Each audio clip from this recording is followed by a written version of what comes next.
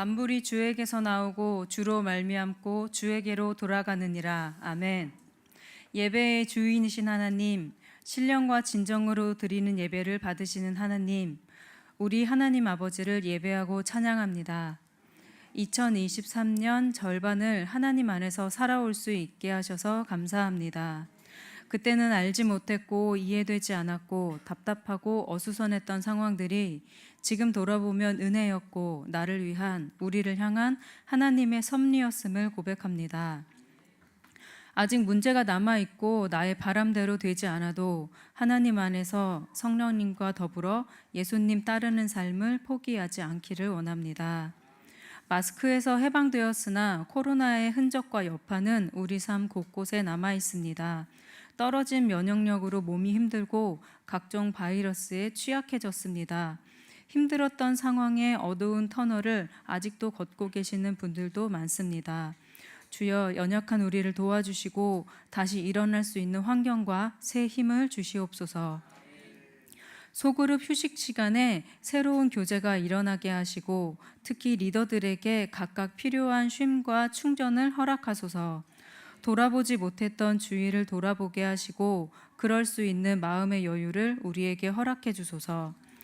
교육부 여름 행사에서 유아 어린이 청소년들에게 주실 재미와 은혜를 기대합니다. 기꺼이 수고하시는 분들과 교역자님들께 체력과 웃음이 샘솟길 기도합니다. 새롭게 단장된 예배당에서 우리가 쾌적하게 예배할 수 있도록 수고해 주신 모든 분에게 하나님의 은혜와 평강이 함께 하시기를 간절히 바랍니다.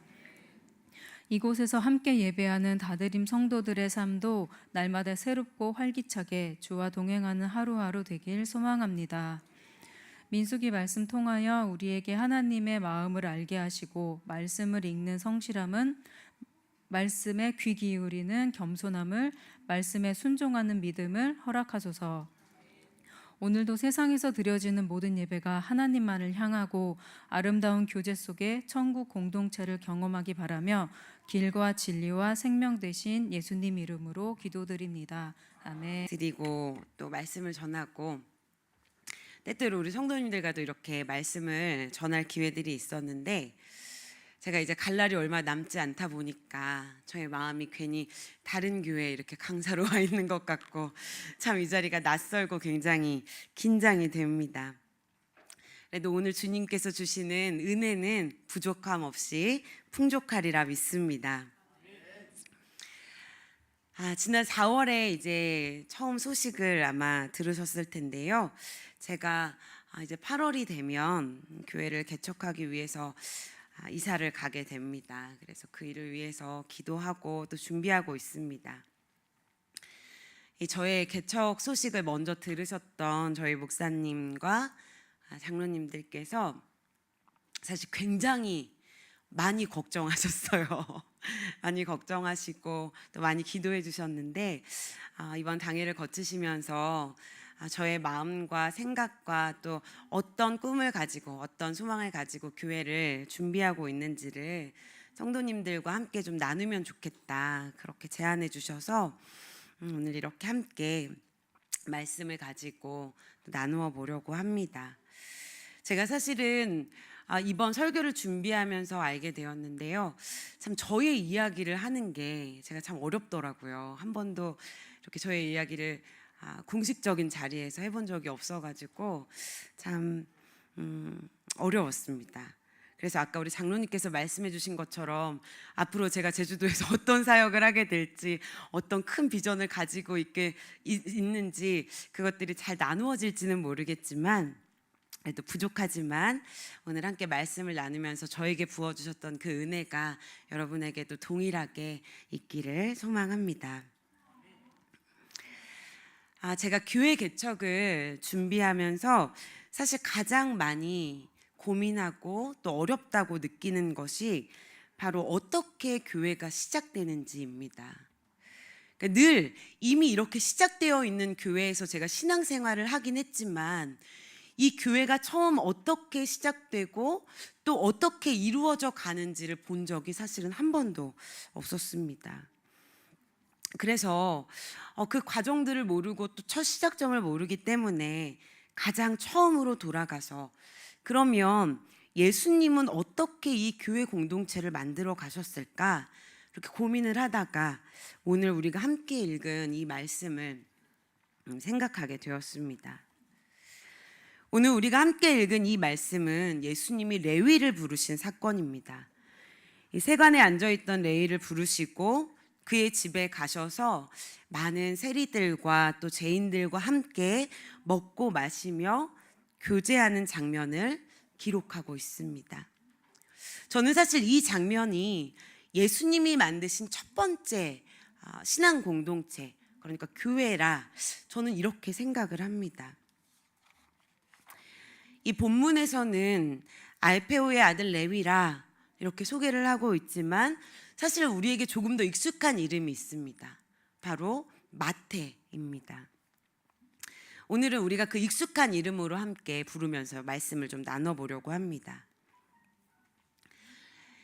마태가 예수님을 만났던 그날, 사실 그에게는 그저 일상적인 하루에 불과했습니다. 세관에 앉아서 사람들에게 세금을 걷고 지나가고 있는 사람들도 보고 하면서 그렇게 그냥 평범한 하루를 보내고 있었습니다.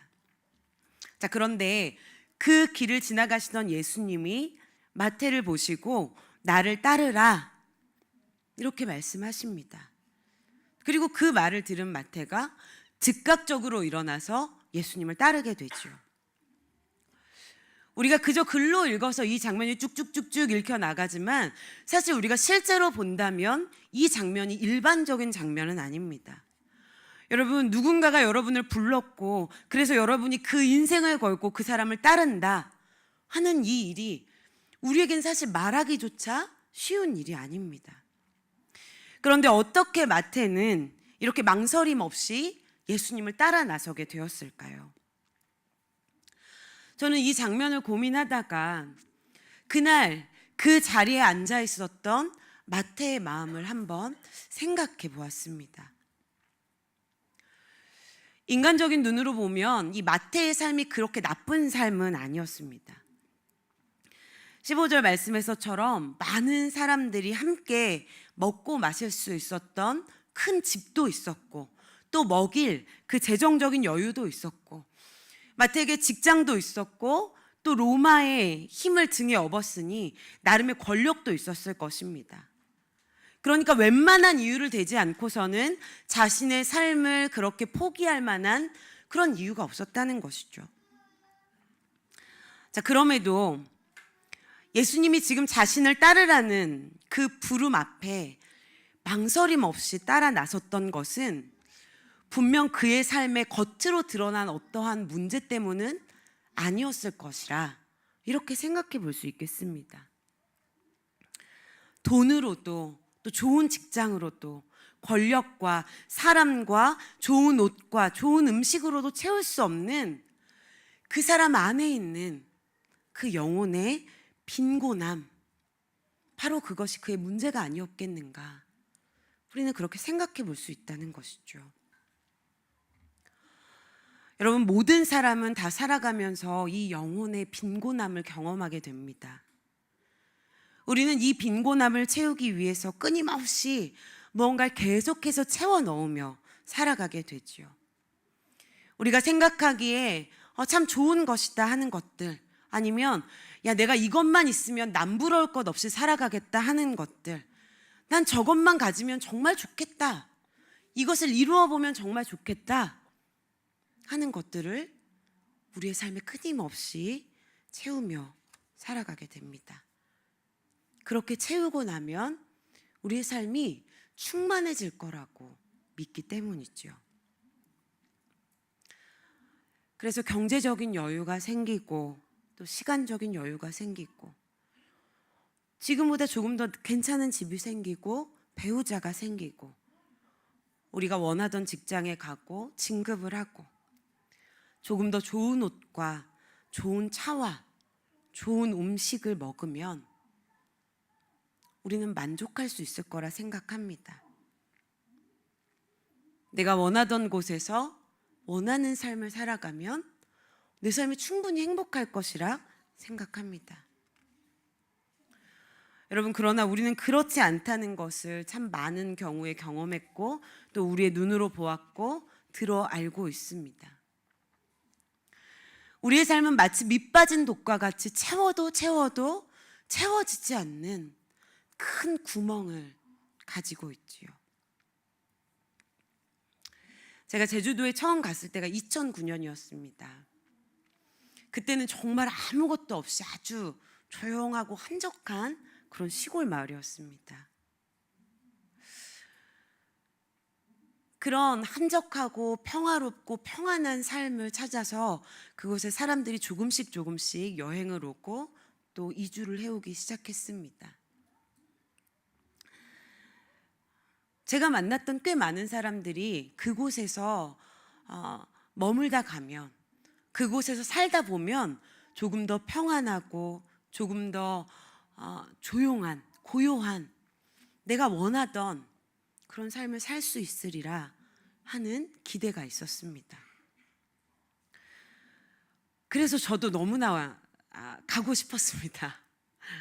거기에 이주하시는 분들이 너무 부럽고, 마치 저도 그곳에 있으면 굉장히 평안하고 굉장히 행복한 삶을 살아갈 수 있을 거라고 생각했습니다. 그러나 5년이 지나고 10년이 지나고 그렇게 시간이 점점 지나는 동안 제가 그곳에 있다고 해서 제 마음 안에 평안이 있지 않다는 것을 알게 되었습니다. 제가 그곳에 오래 머물면 머물수록 제 안에 더 깊은 안식이 있지 않다는 것을 알게 되었습니다. 제가 정말 원하는 그곳에서의 삶이 이루어진다고 해도 저의 삶에 행복이 있을 것이 아니라는 것을 제가 알게 되었습니다. 그곳에 살고 계시는 분들의 소식을 종종 접할 때 그분들 역시도 저와 같은 생각을 하시는 듯합니다. 정말 그들이 원해서 평안하고 안식이 있고 행복한 삶을 위해서 그곳에 갔지만 여전히 그분들의 삶에는 고충이 있고 여전히 채워지지 않는 허전함이 있고 영혼의 갈급함이 있습니다. 여전히 그들 안에는 채워지지 않는 큰 구멍이 있는 것 같습니다. 쉬어도 안식할 수 없고 도망가도 피할 수가 없고 어떤 것으로도 채워지지 않는 그 깊은 영혼의 빈곤함이 있다는 것입니다. 그래서 그 영혼의 빈곤함을 채워보기 위해서 또 다른 것을 찾게 되죠. 누군가는 정신수양을 한다고 하고 누군가는 다른 곳을 찾아서 또 떠나기도 하고 누군가는 술로, 누군가는 여색으로, 누군가는 그저 자포자기하고 푸념하면서 그래, 삶이 어딜 가나 다 이렇게 개똥밭이다, 그렇게 이야기하기도 합니다. 그런데 이것은 그곳에 계시는 그분들뿐만 아니라 오늘 이곳에 있는 우리의 이야기이기도 합니다. 여러분, 우리는 이곳에서도 여전히 조금 더 평안하게, 조금 더 행복하게 살기 위해서 계속해서 어떤 것들을 채워 넣고 살아가고 있지요. 내가 저것만 가지면 지금보단 나을 것 같아. 내 자식이 이렇게만 하면 내가 조금 더 행복할 것 같아. 내가 지금보다 조금만 더 쉬면 행복할 것 같아. 하지만 아무리 채워도 그것이 우리를 만족시켜주지 않는다는 것을 우리 너무나 잘 알고 있습니다. 우리가 그것으로 잠깐의 평안을 누릴 수는 있겠죠. 아주 잠시 잠깐의 만족을 누릴 수도 있을 것입니다. 그러나 마치 바다에 표류한 사람처럼 목이 말라서 계속해서 바닷물을 떠먹었을 때 더한 갈증 가운데 시달리게 되는 것처럼 우리의 삶은 끊임없는 갈증과 허기짐으로 점점 더 목말라지게 됩니다. 그래서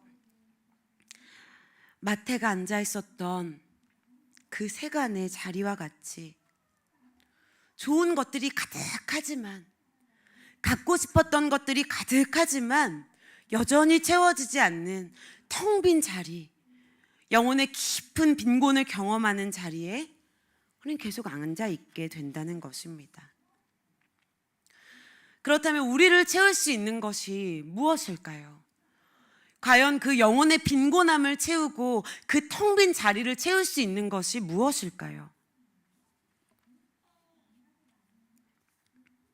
바로 그 자리에 필요한 것은 영혼의 빈곤을 아주 잠깐 달래줄 그 무엇이 아니고, 우리의 지금 당장의 목마름을 해결해줄 우리의 입에 잠깐 단 그 무엇이 아니고 바로 예수님의 목소리입니다.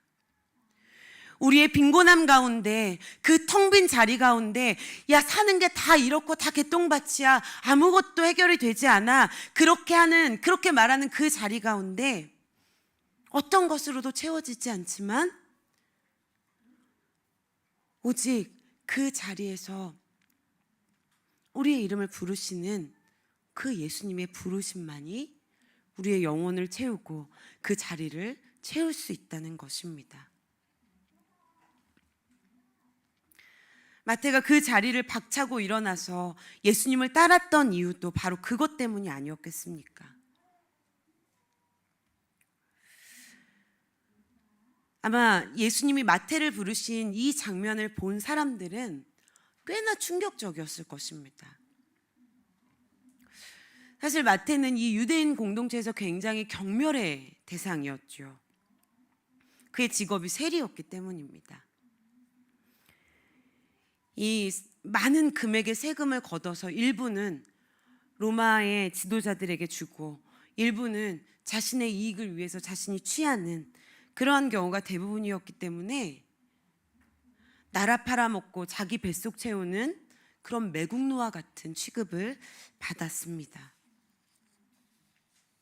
그래서 아무도 그와 어울리고 싶어 하지 않았고 아무도 가까이 하고 싶어 하지 않았습니다. 그의 삶은 겉으로 보기에는 아무 부족함이 없어 보이고 살만한 것 같이 보였지만 사실은 죽은 자와 같이 여겨지는 그러한 사람이었다는 것입니다. 그런 그에게 예수님이 먼저 다가오셔서 먼저 말을 걸어주십니다.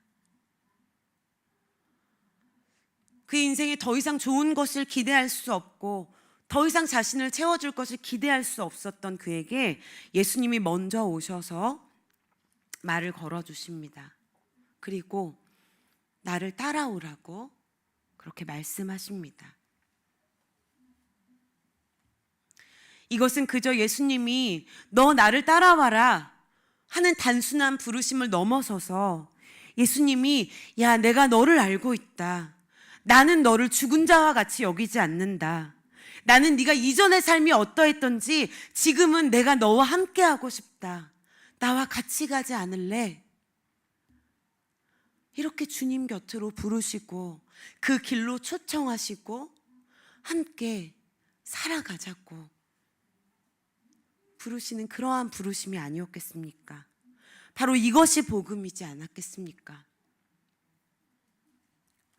저는 이 예수님의 부르심이 동일하게 이 시대에도 복음인 줄 믿습니다. 아니, 어쩌면 이 시대에 더욱 필요한 복음이라고 생각합니다. 여러분, 이 시대는 정말 사람이 사람으로 존재하지 못하는 시대 아닙니까? 우리는 온라인상으로 참 많은 사람들과 연결되어 있지만 정작 나를 진짜로 이해해주고 아는 사람이 없는 외로운 시대를 살아가고 있습니다. 우리는 끊임없이 나를 증명해야 하는 시대에 살아가고 있습니다. 계속해서 누군가와 부딪히고 누군가를 혐오하고 내가 아닌 타인은 지옥이라고 말하고 도저히 이해할 수 없는 사람들은 점점 늘어만 가는 그러한 시대에 살아가고 있습니다. 생산 능력이 없고 가치가 없으면 사람의 가치가 절하되는, 사람이 사람으로 존재하지 않는 그러한 시대에 살아가고 있습니다. 그런데 그러한 평가가 동일하게도 교회 안에서도 적용이 되고 있는 정말 슬픈 시대에 살아가고 있습니다. 이러한 시대 속에서 내가 너를 안다고, 나는 너를 죽은 자와 같이 여기지 않는다고, 사람들이 너를 다 무시하고 너와 같이 있고 싶지 않다고 해도 나는 너와 같이 있고 싶다고 그렇게 말씀해 주시는 주님의 부르심이 이 시대의 복음이 아니고 또 무엇이겠습니까?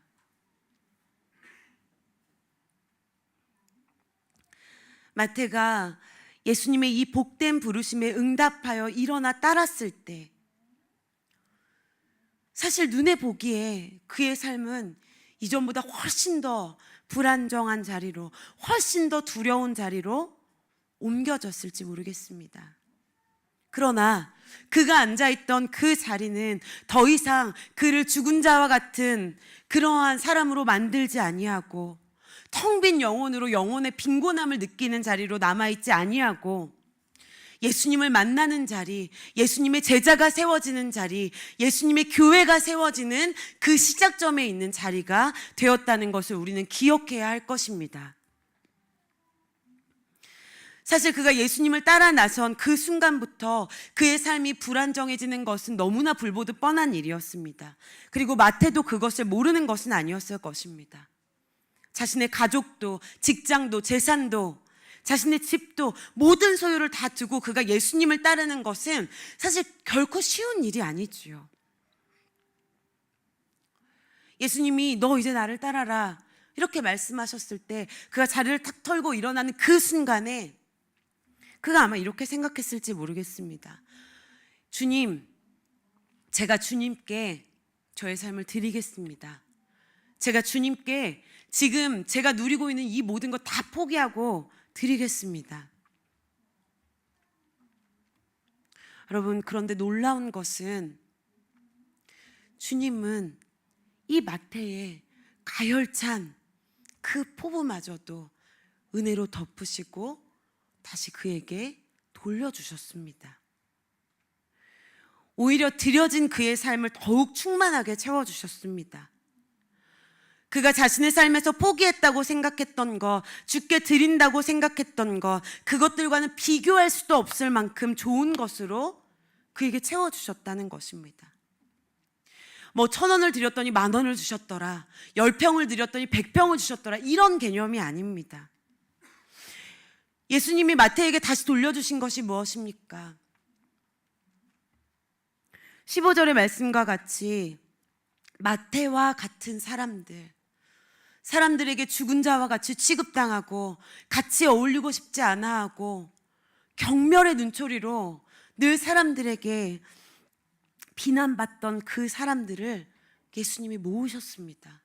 그리고 그들과 함께 먹고 마시면서 교제하셨습니다. 사람들이 그들에게 손가락질하고 비난하며 어찌하여 예수가 저들과 함께 먹는가? 이렇게 얘기하셨을 때 오히려 예수님이 그들을 변호하셨고 그들을 보호하셨습니다. 예수님 안에 있는 그 공동체를 경험하게 하셨고 주셨다는 것입니다. 뿐만 아니지요. 그에게 영원한 생명을 주셨고 종교적인 행위가 아니라 은혜로 구원받음을, 그리고 그 가운데에서 자유를 누리도록 하셨습니다.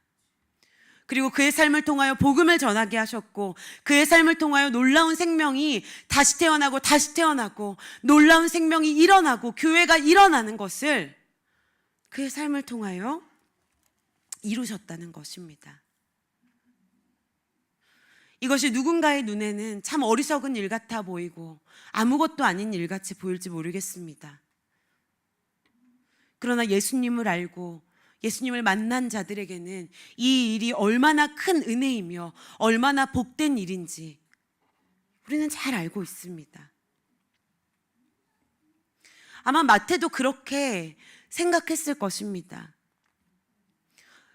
사람들이 어리석다고 말하고 이것이 아무것도 아닌 일이라고 말해도 마태에게는 그의 평생을 바치는 너무나 귀하고 복된 일이었기 때문에 그가 다시 돌아가지 않고 예수님의 이야기를 기록하고 평생을 바쳐 예수님을 전한 것 아니겠습니까?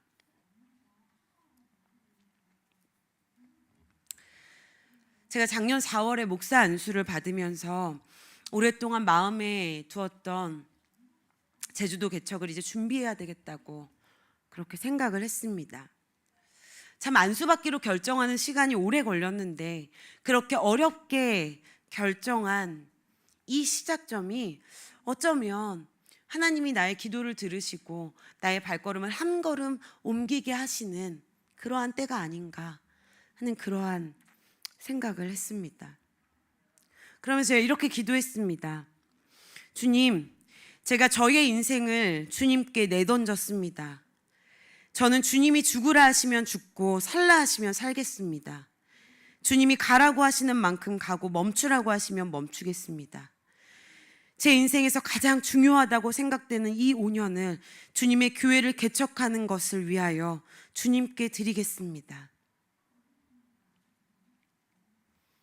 여러분, 이렇게 패기 넘치게 기도하고 제가 몇 달간 잠을 못 잤습니다. 제가 이렇게 기도를 했는데 얼마나 두렵고 떨리는지, 성경을 펼치면 펼칠수록 주님을 따랐던, 또 주님께 자신의 삶을 드렸던 사람들이 얼마나 죽도록 고생하는지, 제가 그것을 볼 때마다 주님, 제가 그렇게 기도했지만 이렇게 고생은 못할 것 같은데요. 정말 마음이 막 극도로 불안할 때에는 마치 제가 주님께 저의 인생을 드리고 인생을 다 망친 그런 기분이었습니다.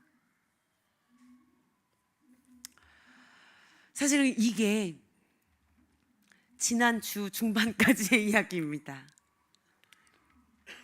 어느 날은 너무 무서워서 잠이 안 오고, 어느 날은 너무 설레어서 잠이 안 왔다가, 어느 날은 어떻게 해야 할지 모르겠어서 잠이 안 오고, 그러면서 제가 이 말씀을 준비하다가 문득 이런 마음을 기도하는 중에 저에게 주셨습니다. 내가 너를 위해서 너가 기대하는 것보다 훨씬 더 좋은 것들을 이미 다 준비해 두었다. 저는 제가 주님께 다 드리는 줄 알았습니다. 저는 제 인생의 가장 중요한 이 5년의 시간을 제가 포기한 줄 알았습니다. 저는 그 고생의 구렁텅이로 제가 발벗고 들어가는 줄 알았습니다. 그런데 주님이 저에게 이미 더 좋은 것을, 제가 상상조차 할 수 없는 가장 좋은 것을, 또 가장 영광된 것을 준비해 주셨다는 이 말씀이 참 저에게 큰 위로가 되었습니다. 생각해보면 제가 사역을 그만두려고 했던 때가 바로 5년 전입니다. 그러니까 제가 다드림 교회를 오기 바로 직전이 제가 사역을 그만두려고 했을 때였습니다. 그런데 그때 주님이 저를 이 다드림 교회로 다시 한번 부르시고, 아무것도 모르는 저를, 제가 누군지, 어떤 사람인지, 어떤 것을 할 수 있고 무엇을 해왔는지 전혀 저에게 묻지 않으시고, 전혀 그것들을 따지지 않으시고 저를 믿어주시고 저를 세워주셔서 이 교회 안에서 제가 이렇게 사역자가 되고 또 새로운 공동체를 꿈꾸게 되었습니다.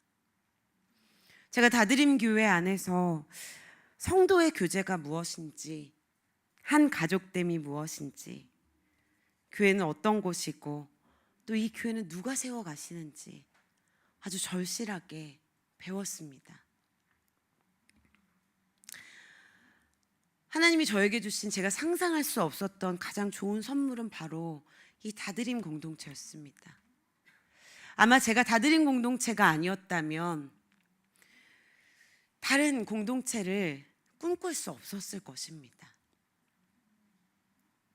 그런데 주님이 제가 상상조차 할 수 없었던 아주 좋은 이 공동체를 저에게 먼저 준비해 주시고 선물로 주셨습니다. 내가 이미 모든 것을 다 준비해 두었다. 주님이 준비해 두신 그것이 제 눈에 보기에는, 또 누군가의 눈에 보기에는 아무것도 아닌 것처럼 보일지도 모르고 너무나 어리석은 일처럼 보일지도 모르겠습니다. 마치 밑 빠진 독에 여전히 물을 붓는 것처럼 저의 사역이 앞으로 그렇게 몇 년을 가게 될지도 모르겠습니다. 그러나 저는 그것이 아무것도 아닌 일이 아니고 저는 그것이 어리석은 일이 아님을 믿습니다. 왜냐하면 이미 주님께서 준비해 두신 가장 좋은 일임을 믿기 때문입니다. 그리고 이것은 비단 저에게만 주신 말씀이 아니고 오늘 함께 말씀을 나누고 함께 예배드리는 여러분들과 또 우리 다드림 교회에 주신 말씀이라 그 음성이라 생각합니다. 주님의 부르심을 듣고 일어난 우리 모든 성도님들과 다드림 교회에 주님은 우리가 상상할 수 없었던 아주 좋은 일들을 이미 준비해 두셨을 것입니다. 그 부르심을 듣고 일어나는 여러분들을 통하여 이 교회를 통하여 하나님은 우리가 상상할 수 없었던 놀라운 일들을 이 지역 가운데 또 여러분이 계시는 그곳 가운데 이루실 것입니다. 우리에게 이러한 기대가 있었으면 좋겠습니다. 저는 이러한 기대가 있는 곳이 바로 교회라고 생각합니다. 텅 빈 마음으로 왔다가 주님이 주신 가장 좋은 것을 경험하고 가는 곳, 아무도 어울리고 싶어 하지 않고 죽은 자와 같이 여기던 사람들을 사람으로 맞아주는 곳, 그곳에서 예수님과 함께 먹고 마시고 예수님의 보호하심과 예수님의 변호하심을 경험하게 되는 곳, 저는 그곳이 교회라고 생각합니다. 그리고 그 교회의 시작을 바로 우리 한 사람, 예수님의 부르심을 따라 자리를 박차고 일어나 예수님을 따르기로 결정한 그 한 사람을 통하여 시작하신다고 믿습니다. 사랑하는 성도 여러분, 주님은 오늘 영혼의 빈곤함 가운데 있는 그 텅 빈 자리에 있는 우리에게 오셔서 다시 한번 우리의 이름을 부르시고 나를 따라오너라 이렇게 부르십니다. 내가 너를 다 안다. 나는 너를 죽은 자와 같이 여기지 않는다. 내가 너와 함께 하기를 원한다. 우리에게 여전히 이렇게 말씀하십니다. 그리고 그 부르심에 응답하여 일어나는 우리를 통하여 제자로 삼으시고 교회의 시작이 되게 하시고 놀라운 생명의 시작이 되게 하시며 이 시대의 빈곤함을 채우는 복음이 흘러나가는 그러한 놀라운 주님의 교회로 세우시리라 믿습니다. 이 놀라운 기대와 소망이 오늘 이 말씀을 나누는 저와 여러분 가운데 넘쳐나기를 주님의 이름으로